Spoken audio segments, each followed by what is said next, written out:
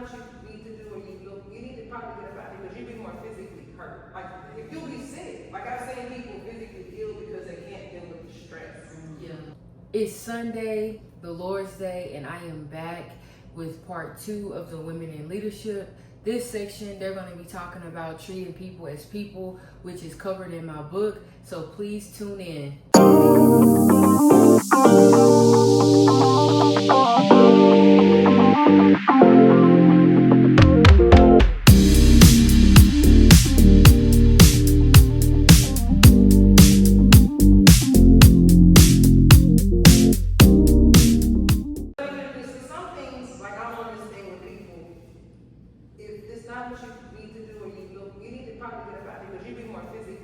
Like, if you'll be sick, like I've seen people physically ill because they can't deal with the stress. Yeah. And it's not, you don't belong in here or in this particular role. Yeah. So that's the other piece when people talk about leadership and I want to be in leadership. You may not have leadership life practices. You gotta get up in the morning. It's a whole, like, your whole lifestyle has to change. You can't get up when you want to. You cannot not answer the phone. You cannot not show up. It's just totally. So most people don't want that much responsibility. Yeah. You know what I'm saying? So it's like you're in a catch-22 because as an organization, you want the business to grow, but the people only want to do so much. Right. Yeah. You only want to do so much. So now like I said, the workforce is changing. So the people who lead and do the extra, even though they may not be the best qualified, they get because they're willing to be there. When other people say, I don't know about, that's where visibility comes in. That's where some other things come in that I think people don't get in the business world, period. If I can't find you, why would I promote you? Yeah. If I don't see you, I don't know you're in here. And I think going to your point, or I don't know if it may have been as Ray said, you need people to have a reason to, do more than what they require to do, and then 4:30 they hit the door. Yep. So you want your staff to be invested in the outcome, and have some kind of shared, responsibility or accountability for the success. And so that goes to the public acknowledgement and just promotion and things of that nature. So you don't have a team where they don't want to feel valued, they're not going to be invested in any result. So you have to give them something to want to invest in and to get a better product or a better result. So it's a struggle because sometimes if it's like what she's saying, this ain't for you, but you want the acknowledgement. You want the acknowledgement, you want the recognition, but you ain't doing what you need to do to receive that. So it takes a leader identifying that and then tasking those people with those roles to see the. So they can do what they accomplish. Because it's all about, if you feel confident and you feel valued, people will work with you. Exactly. But again, some organizations, like my perspective is very different because I work in a large organization. So you have about thousands of people that you're having to compete with, deal with, doing a project with 300-400 people on just your project, and it's 15 projects going on at one time. You know what I'm saying? It's just a different perspective. But in that, to make it smaller, because I'm dealing with consultants that's changing in and out of projects, and they're dealing with like, I just got out of school a few years, or I'm trying to move up, and how do I get more visibility, and it's really, are you willing to lead? You know what I'm saying? Are you gonna help the developers while they up? Are you gonna make sure they got food? Like, you don't look at it as certain leadership. You don't look at it like, oh no, if we need to eat. If I can't fix it, but I need to sit with the people that can fix it, and they hungry, I'm going to get them something to eat. Yeah, and people don't recognize how food, water, and sometimes even a break can help somebody with mentally resetting so that they can actually perform. Because naturally, if you notice, like they have the Snickers commercial where if you don't eat, you become angry, hangry. That's a real thing. Like, you know what I mean? Like, have you ate today? This is what Wesley said. Have some water today? And that's a real thing because like the lack of can cause fatigue. That's why I said you have to see a person as a human being, not as a robot. Like, I have to eat. If not, because I know this is off subject, but it's not. I fasted for 7 days. This was a spiritual thing. No food, just water and juices. And so what I learned in that was how much my mind, like the things that are going on around me really didn't matter, and how much food mattered, because that's all I thought about was food. I was like, I'm hungry, like I'm ready for my next meal. And I bring that back to what we're saying and how essential it is because whenever we're operating, sometimes people don't even be their best. Have you eaten? Yeah. Did you go to lunch? Yeah. Did you know what I mean? So it's like, how can you even think properly? So that's a women in leadership issue. Like, I work with a lot of men, but I work with a lot of women. Black women do not be eating. That's okay, black women do not. Work through our brains. It's unhealthy. very unhealthy. It is not how I got to corporate where I saw they're gonna bring you in food, they're gonna make sure that you are focused so that you can get it. Now was the difference because when you either like, consult with smaller businesses or just work around like, I'm like, y'all need to eat. Oh, no, you need to eat because you acting a fool, you made a mistake. You know what I'm saying? Yeah. You need to eat, right? And then, like, even, hey, let's not come in here on Friday. Everybody working from before we started really doing COVID, we used to, have certain days. I don't come in the office on Friday. Why, for what? You've been on a plane all week. There's no need to come in here, go get with your family, go run your errands. You know what I'm saying? Because we got to eat in on Monday.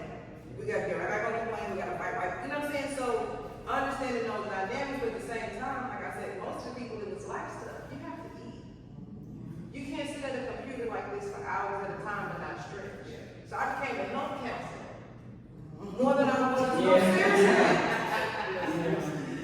Because you can tell you haven't slept, you can tell that you're stressed out, you can tell that your anxiety is up, your kids, so all of this is happening and you can't get black women to stop without feeling guilty. Yep.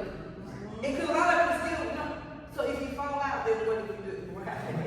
Yeah.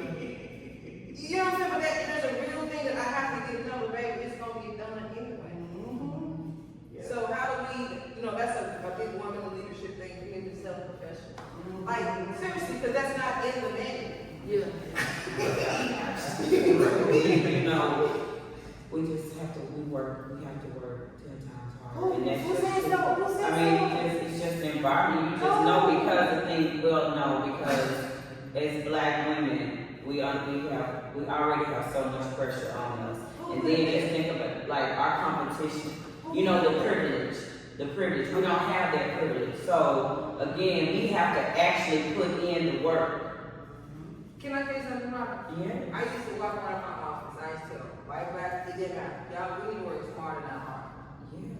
Black women work hard. I work hard. Now you work hard. No.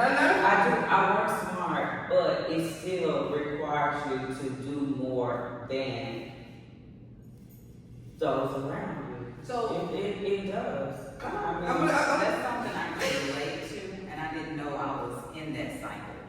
I got into the field, I started as a case manager, and I'm under a therapist. I'm in the schools, I'm talking to the teachers, I'm talking to the parents, I'm spending all this time. They thought I was a therapist, because the therapist was in the wind. So, I didn't know that I was even in a leadership type of situation for myself until I saw that, and then I went and got my degree, went and got my license, went and got practice, because, and then to take it back, a lot of people don't even know they're in leadership positions. That part. That's very true. And the thing about it is to kind of go to your point, is that we're in a culture that praises and, elevates those who work the hardest, in productivity and results and stuff. And so, you have this pressure for success to accomplish something, so you feel like you always gotta be working. At least that was my mentality for a long time. And then now I realize I didn't have to do that, but when I was in practice, I felt like I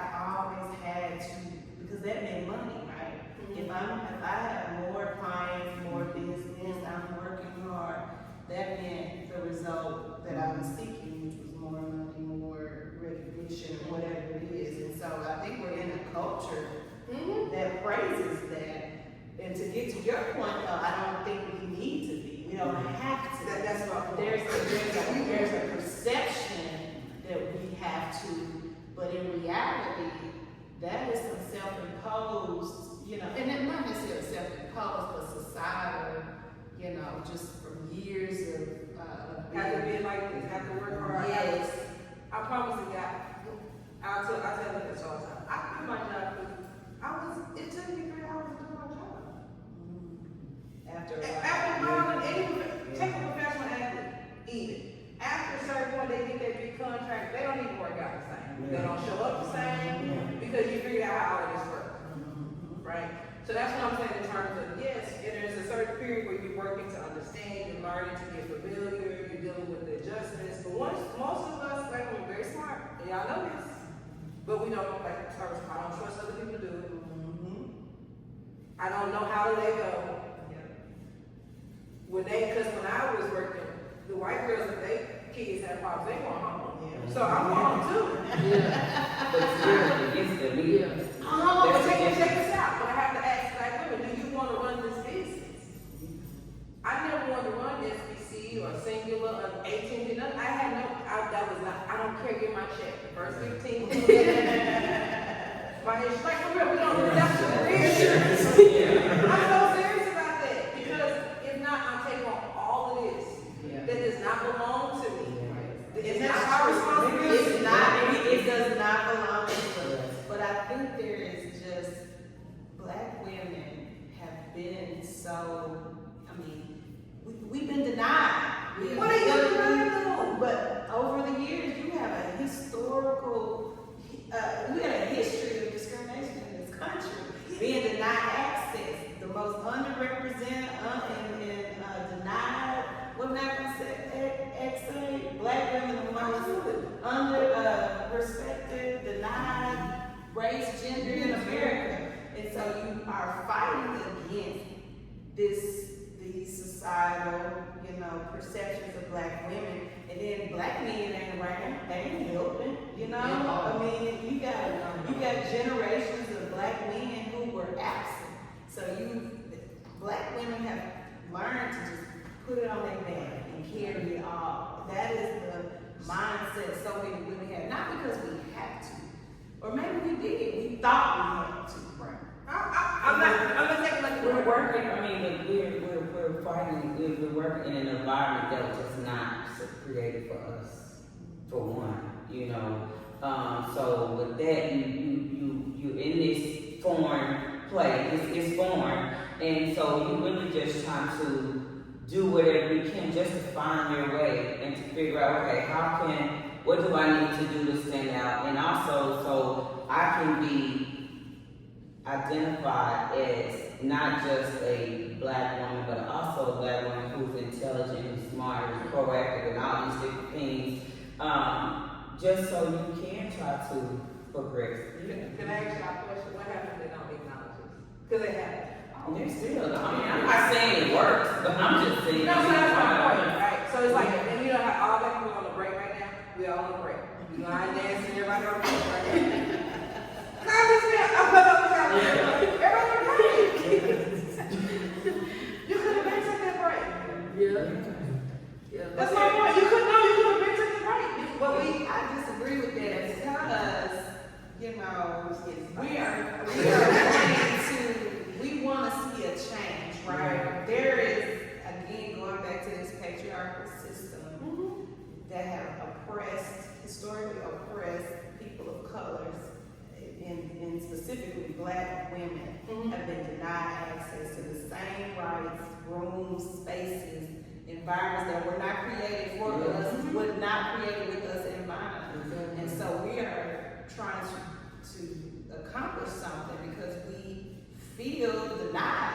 We're trying to gain all these accomplishments. That's why that's why we're the most educated. And that's why we're, the most, we have accomplished so much and we work so hard to get that because nobody else is giving it to us. And so that change is what we're trying to see. Now finally, we're getting we see a little bit of change in our society. And then we get a slap in the face like, Kamala not being elected president. She's the most qualified woman on the ballot.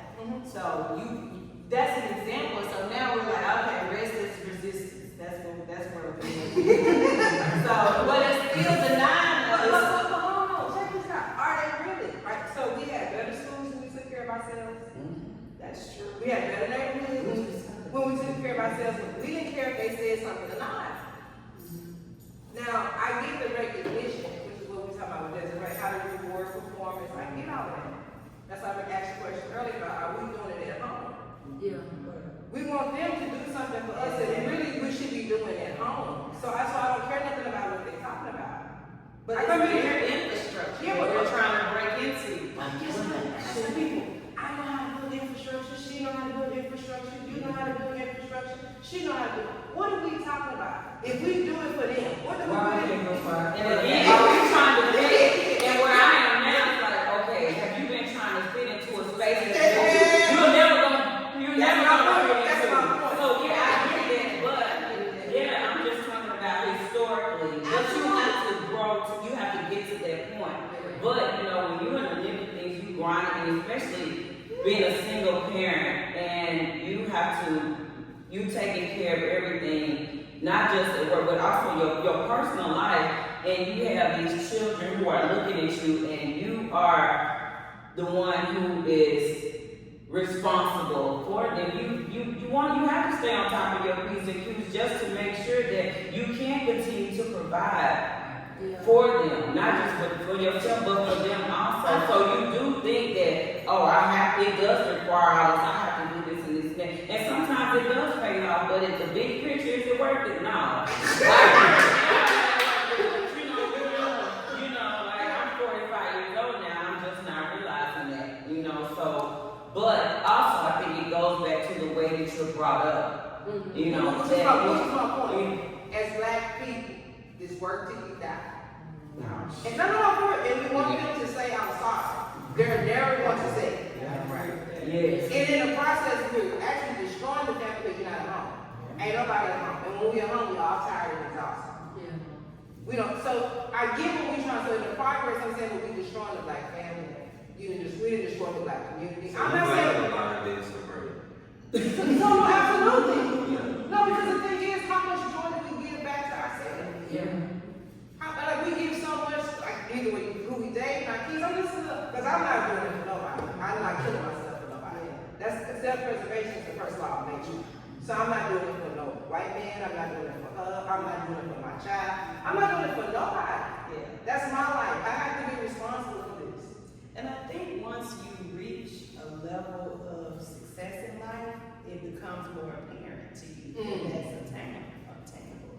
But I think when you are poor and without wealth, especially generational wealth, you looking to kick in the door and say, where is my seat? I'm trying to get something.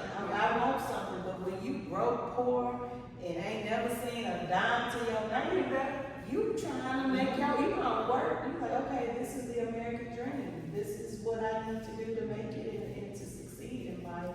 And so this is what I'm gonna work till I die to get it, and for my kids to get it, because I ain't never had it. Now we got a little bit of something, and so we have this, but we should have just kept our own. We can say that now, but when you broke in public being denied access, you just want to get in the room. You like, well, they know how you looking out through that glass window, like, let me in, because I can do it. I got something to contribute. And I'm saying because we needed to do that, right? We needed to have the confidence that we could build infrastructure, right? We forgot that we built these cities. See, we forgot that. We spent a whole lot of time remembering things that we forgot. We came over here as master builders. We came over here as judges. We came over here as all of these therapists and all these things. We forgot that as a part of our experience and the trauma with that. Well, the historical oppression That's what I'm did saying. that. Yeah. That's why we don't know what we capable of. That was their manufactured. That was their science. They said we their slave. They're gonna work for us because we trying to build something, and we don't want them to recognize their value. And so that perpetuated over generations of us being just assuming we not supposed to be in the room. We're not supposed to be here. I'm not gonna have this. And so it's like looking inside of the glass window, like, man, I really want that. Because I've been told I can't have it. For me, it's like, I mean, I do it because it's like, I dare you to tell me I'm not qualified. You know what I'm saying? So I make sure that I have my ducks in a row. Like, I'm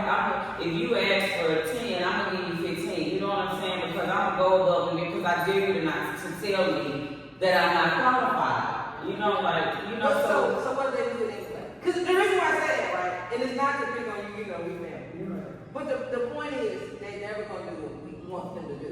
But that's why we're moving. That's what's motivating us to move. So I'm saying, in fact, to women in leadership and serving leaders, if we recognize something is not working, we need to stop. Because it's not working. It's not. it's never gonna work. So I'm saying this is not necessarily working. So how do we as leaders, even my coworkers, they tell them, hey, you need to have a backup plan. So what does work? Let me ask y'all that. So I think we have to be honest about where we are, even in these industries. I was just gonna say, my friends, when I left corporate, they were giving out packages, right? And I said, God, if you give me 6 months, I'm out of here. Not because I didn't like what I had wrong, we can have growth things too. Does that make sense? So I had wrong what I was doing. But then I'm sitting here with people, like, oh, I'm just trying to get my peace, I'm trying to get, and there's nothing wrong with that, but I'm saying, sis, y'all don't have another plan, they're gonna lay y'all off. Yeah. That's just how corporations work. So we so busy trying to prove a point, we're not paying attention to what's actually happening around you. So then you lose your job, and everything that you've been fighting to stay away from, it happened anyway. Don't exactly. Yeah, and sometimes fire. You Did you say that? Push you faster towards what you're trying to achieve. Yeah. And so we struggling against what God was like God, remember that sis? No, because we talk about God, but do we really understand what God is doing, particularly for black women? Yeah. Because you're the mothers of everything, and you're mad because we have all this responsibility. You know, civilization, what other responsibility would you not have in that of the world? Yeah, it's true. But we complaining about having to go work.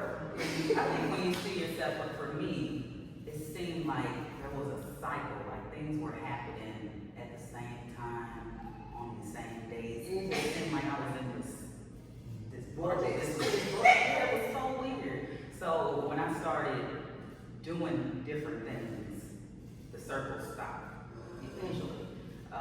Because always having the heat on me from therapists, not doing her job and all this stuff, going into writing a book, my dissertation, just all, once you got out of that, I got out of that, life was different. Then I knew, oh, I got this, I'm done with you. Yeah, I'm not taking my percentage no more, I'm getting 100% rather than, and then all the work I know I'm doing, and then not being stressed. So now I see the leadership.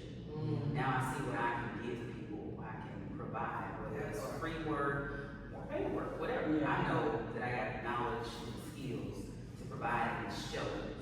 And then I'm the brand. So, still walking in work. And it's okay with me that brand. I'm that person. When I show, I'm gonna show out, but I'm going home. Because that's how they act. Yeah. No, I mean, for They don't real. even show out. They don't even show out. They just show up. Yeah. But we gonna do that. That's what I'm saying, Rob. We gonna do that anywhere we go. That's like him. You're gonna do that everywhere you go. If you got it, you got it. So what are we trying to do? That's what I'm trying to understand when I'm listening to this. What did we do? We didn't already did it like thousands of times. Like what else do we have to show the world? That it's okay to say that. That part. It's okay to choose you. That part. And not be afraid to invest in yourself. Hey. Not be afraid to take chances. Hey. And then to realize, you know what, some spaces I just don't fit in, and that's okay. Yeah. It's okay. Yeah. We conclude the video with Robin stating a powerful statement. I just don't fit in, and that's okay. I challenge you as leaders to push treating people as people and allowing them to be authentically themselves. Also, please make sure that you like, comment, and subscribe. And I want to really push treating people as people out, and so that everyone can hear this message. I'll see you next week.